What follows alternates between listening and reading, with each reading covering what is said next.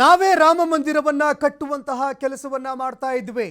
ಆದರೆ ಆ ರಾಮ ಮಂದಿರವನ್ನ ಕಟ್ಟುವಂತಹ ಕೆಲಸವನ್ನ ಟ್ರಸ್ಟ್ಗೆ ಕೊಡಲಾಯಿತು. ಅಯೋಧ್ಯೆ ಟ್ರಸ್ಟ್ ಅನ್ನ ಪ್ರಧಾನಿ ನರೇಂದ್ರ ಮೋದಿ ಅವರು ಹೈಜಾಕ್ ಮಾಡಿಕೊಂಡ್ರು. ಬೆಂಗಳೂರಿನಲ್ಲಿ ಮಾಜಿ ಸಂಸದ ವಿ.ಎಸ್. ಉಗ್ರಪ್ಪ ಆರೋಪ ಮಾಡಿದ್ದಾರೆ. ರಾಮ ದೇವರು ಅಂತ ಎಲ್ಲಿಯೂ ಕೂಡ ಕಾಣಿಸಿಕೊಂಡಿಲ್ಲ. ರಾಮನಿಗೆ ಮನುಷ್ಯ ಸಹಜ ಆದರ್ಶಗಳಿವೆ. ರಾಜಕೀಯಕ್ಕಾಗಿ ಅಯೋಧ್ಯೆ ಟ್ರಸ್ಟ್ ಅನ್ನ ಹೈಜಾಕ್ ಮಾಡಿದ್ರು. ಅದನ್ನ ರಾಜಕೀಯವಾಗಿ ಬಳಸ್ಕೊಳ್ತಾ ಇದ್ದಾರೆ ಅಂತ ವಿ.ಎಸ್. ಉಗ್ರಪ್ಪ ಆಕ್ರೋಶ ಹೊರಹಾಕಿದ್ದಾರೆ. ರಾಮ ದೇವರಾಗಿ ಕಾಣಿಸಿಕೊಂಡಿಲ್ಲ, ಬಿಂಬಿಸಿಕೊಂಡಿಲ್ಲ. ಅವರ ಆದರ್ಶಗಳು ಮನುಕುಲಕ್ಕೆ ಆದರ್ಶ ಇದೆ.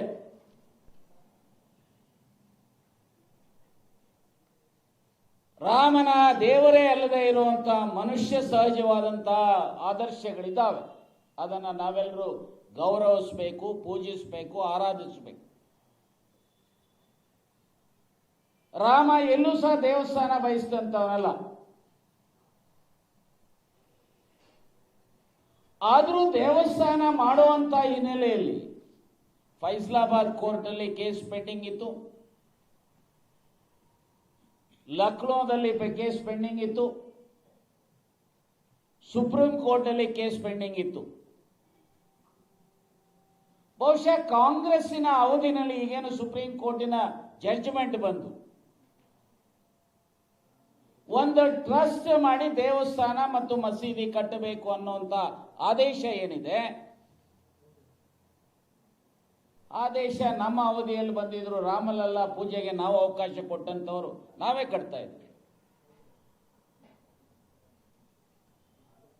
ಆದ್ರೆ ಇವತ್ತು ಯಾವ ಟ್ರಸ್ಟಿಗೆ ಸುಪ್ರೀಂ ಕೋರ್ಟಿನ ಹಿನ್ನೆಲೆಯಲ್ಲಿ ಟ್ರಸ್ಟಿಗೆ ಅವಕಾಶ ಮಾಡಿದೆ, ಇವತ್ತು ಟ್ರಸ್ಟ್ ಅನ್ನ mister Modi and is team hijack ಮಾಡಿದ್ದಾರೆ.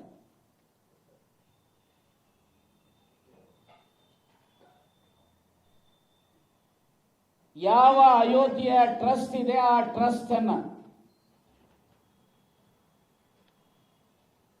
ರಾಜಕೀಯ ಕಾರಣಗಳಿಗೋಸ್ಕರ ಹೈಜಾಕ್ ಮಾಡಿದ್ದಾರೆ. ನಾನು ಸ್ಪಷ್ಟವಾಗಿ ಹೇಳಲಿಕ್ಕೆ ಬಯಸ್ತೇನೆ, ಒಂದನ್ನ ಅಪ್ರಿಶಿಯೇಟ್ ಮಾಡ್ತೇನೆ. ಎಲ್ಲೂ ಸಹ ರಾಮ ದೇವರಾಗಿ ಕಾಣಿಸಿಕೊಂಡಿಲ್ಲ, ಬಿಂಬಿಸಿಕೊಂಡಿಲ್ಲ.